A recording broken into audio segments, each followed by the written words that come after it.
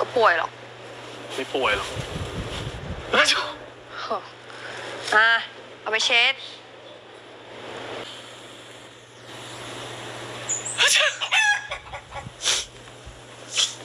เลยได้ยังไงล่ะ